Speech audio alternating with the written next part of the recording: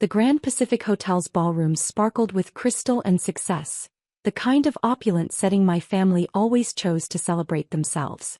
My father's 60th birthday party was no exception. A lavish affair where Silicon Valley's elite gathered to honor William Parker, Senior Vice President of Global Operations at Meridian Technologies. I adjusted my simple black dress, designer, though they'd never know it, and approached the check-in table where my brother Marcus stood with his wife, both gleaming with the polished perfection of tech industry royalty. "Emily," he said, barely glancing at me. "You actually came. Dad invited me." I reached for my place card, but Marcus snatched it first. "Oh, there's been a change in seating arrangements." His smile was pure venom. "We've had some last-minute additions from Meridian's board. Important people, you understand. You'll be sitting with the staff." By staff he meant the hotel workers and event coordinators, the people my family considered beneath them. I saw my stepmother, Patricia, watching from across the room with satisfied smugness. "The staff tables are through there." Marcus gestured toward a corner near the kitchen entrance. "Where you belong, really. Still working at that consulting firm, aren't you?" I bit back a smile, thinking about the email I'd received that morning from Meridian's board of directors. If only they knew that the consulting firm was just a cover, that I'd spent the last 5 years quietly building something much bigger. "Actually," I started, but Patricia swooped in, her diamonds catching the light. "Emily, darling, surely you understand," she cooed. "We have the CEO of Meridian coming, board members, major investors. We can't have them sitting with someone who works for a living." I finished for her. She flinched slightly at my tone. "Don't be difficult. Your father's reputation at Meridian means everything. We can't risk embarrassing him in front of his superiors."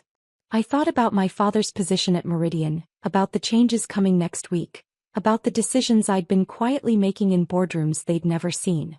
But I just took my place card and turned toward the staff tables. "Of course not," I said softly.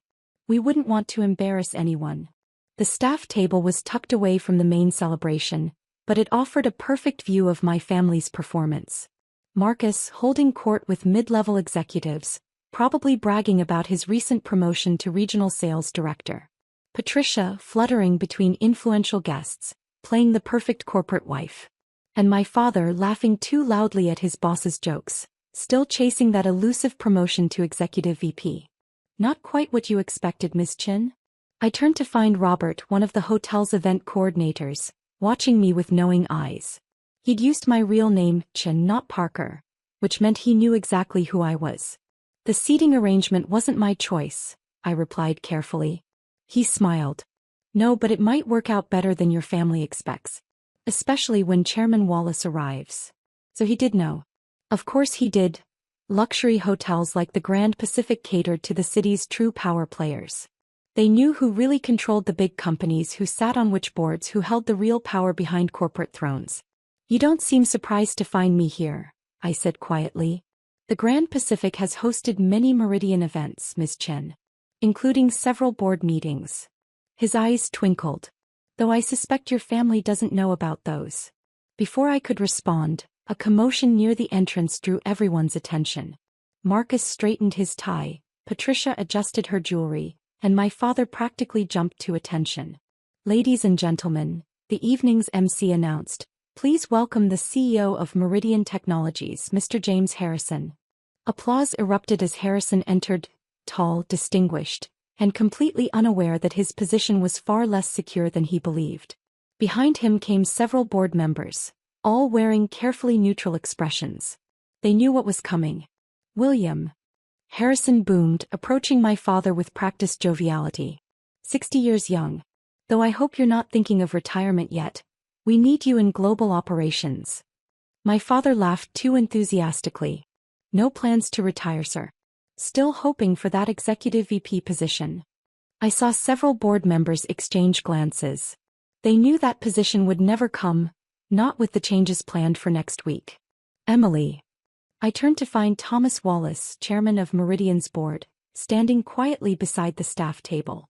Unlike the others, he'd entered without fanfare, without announcement. "I thought I might find you here," he said softly. "Though I must admit, I'm surprised by the seating arrangement." "Family dynamics," I shrugged. They thought they were putting me in my place. He smiled. The same smile I'd seen in countless board meetings over the past year. Shall we adjust their perspective? Not yet, I replied, watching Marcus preen for Harrison's benefit. Let them enjoy their moment. Wallace nodded, understanding perfectly. He'd been my mentor for years, ever since I'd approached him with my ideas for revolutionizing Meridian's technology division. He was the one who'd suggested I operate in secret, building my influence through holding companies and strategic investments while my family remained blissfully unaware. The vote was unanimous, he said quietly. The board approved everything this morning. Harrison doesn't know yet, of course. Neither does your father. I watched my family basking in their perceived importance. Marcus dropping hints about his sales figures, Patricia touching Harrison's arm while laughing at his jokes, my father practically begging for attention from board members who'd already decided his fate. When do you want to make the announcement? Wallace asked. I checked my phone, seeing the confirmation email from Meridian's legal team. Everything was in place. The contracts were signed. The press release was prepared. 5 years of careful planning was about to pay off. Let them finish the champagne toast, I said. It would be a shame to spoil their celebration too early. Wallace's eyes crinkled with amusement. You're kinder than they deserve. No, I corrected him. I just understand the value of timing. Across the room, Marcus was now loudly discussing his plans for expanding his sales territory, completely unaware that his entire division would be restructured next week. Patricia was showing off her jewelry to Harrison's wife, oblivious to the fact that her social position in the corporate hierarchy was about to change dramatically. And my father. He was still chasing promises that would never be fulfilled, not realizing that his daughter, the one they'd seated with the staff, was about to become everyone's boss. Robert appeared with fresh water for our table. Chairman Wallace, he said smoothly, will you be making the announcement before or after dinner?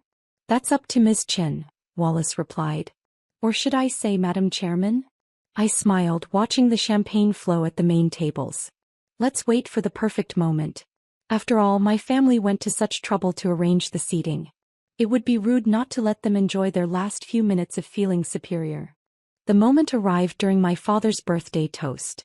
Harrison stood, champagne glass raised, delivering the kind of generic praise executives reserve for middle management.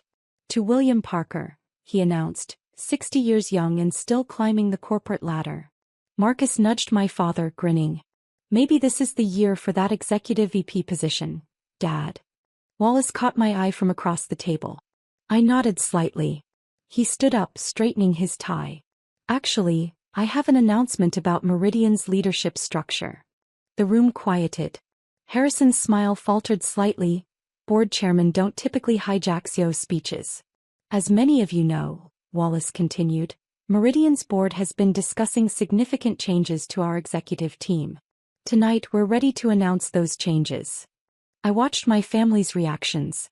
Marcus leaned forward eagerly, probably assuming his sales successes had been noticed. Patricia gripped my father's arm, her diamonds catching the light as she practically vibrated with anticipation. First, Wallace said, I'll be stepping down as chairman of the board. Gasps rippled through the room. Harrison's smile widened, until Wallace's next words wiped it away. Additionally, the board has voted for a complete restructuring of our executive leadership. Mr. Harrison will be transitioning to an advisory role, effective immediately. The champagne glass nearly fell from Harrison's hand. What? But the board never discussed. We discussed it extensively, Wallace smiled. Just not with you. Which brings me to our final announcement. He turned toward the staff table. Emily. I stood up slowly, enjoying the confused looks on my family's faces as Wallace extended his hand to me. Ladies and gentlemen, please welcome your new chairman and CEO of Meridian Technologies, Ms. Emily Chen. The silence was absolute. Marcus's mouth hung open. Patricia's face had gone pale beneath her perfect makeup. And my father. He looked like someone had just rewritten his entire understanding of reality. That's impossible, Harrison sputtered. She's just a consultant. Actually, Wallace corrected him, Ms. Chen has been the driving force behind Meridian's most successful technology initiatives for the past 5 years. Through her holding company, she controls 30% of Meridian's shares. The board voted unanimously this morning to approve her appointment.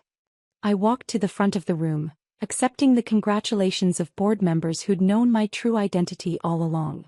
My Louboutin heels, the ones my family had assumed were knockoffs, clicked against the marble floor with each step. Emily. My father's voice was barely a whisper. What? How? That consulting firm you all mocked? I smiled. It was just a cover. I've been building my influence in Meridian since the day you told me I'd never understand corporate leadership. Marcus stood up so quickly he knocked over his champagne. This is ridiculous. She can't run Meridian. She's not even a Parker anymore. She uses Mom's name. Yes, I do, I agreed. Emily Chin, daughter of Grace Chin, who you and Patricia worked so hard to erase from family photos after she died. The name you thought wasn't prestigious enough for corporate leadership. Patricia tried to recover, her social instincts kicking in. Darling, we had no idea. If you just told us. Like you told me about Dad's birthday seating arrangements? I raised an eyebrow. Speaking of arrangements, Marcus, your sales division is being restructured. We'll need you to clear out your office by Friday. The color drained from his face. You can't fire me. I'm your brother. I'm not firing you, I corrected him. I'm giving you the same opportunity you gave me tonight. A chance to sit with the workers and learn how the company actually functions. Wallace stepped forward, handling the formal announcements while I watched my family's world implode. Harrison was escorted out by security when he tried to protest. Board members who'd ignored my father for years now rushed to congratulate him on his daughter's success. Emily, please, my father finally approached, his voice shaking. If I'd known. Known what? That I was capable of running a company? That I wasn't just the disappointing daughter who needed to be hidden away at staff tables. I was wrong, he admitted quietly. About everything. I studied him. This man who'd spent decades chasing corporate validation, who'd let his wife and son treat me like an embarrassment, who'd never once stood up for me until I had power over him. Yes, you were. I straightened my jacket. And now you have a choice. You can retire with a generous package, or you can stay and work under your daughter's leadership. Either way, things will be different. Different how? For starters, I smiled, you'll be sitting at the staff table at all future corporate events. I hear it offers an excellent perspective on how power really works. Over the next few weeks, Meridian transformed. Harrison's old guard was replaced with innovative leaders who'd earned their positions through talent rather than connections. Marcus was demoted to an entry-level sales position, where he finally had to learn the business from the ground up. Patricia's social circle imploded as corporate wives realized she no longer had any influence to peddle. She stopped appearing at company events after I enforced a strict no-family policy. Except for major shareholders, of course. My father chose to stay, accepting a minor position in operations. Sometimes I catch him watching me run board meetings from his seat in the back, finally understanding what real corporate leadership looks like. Last week, during Meridian's annual charity gala, Marcus tried to pull rank on a junior employee. Do you know who I am? He demanded. I'm the chairman's brother.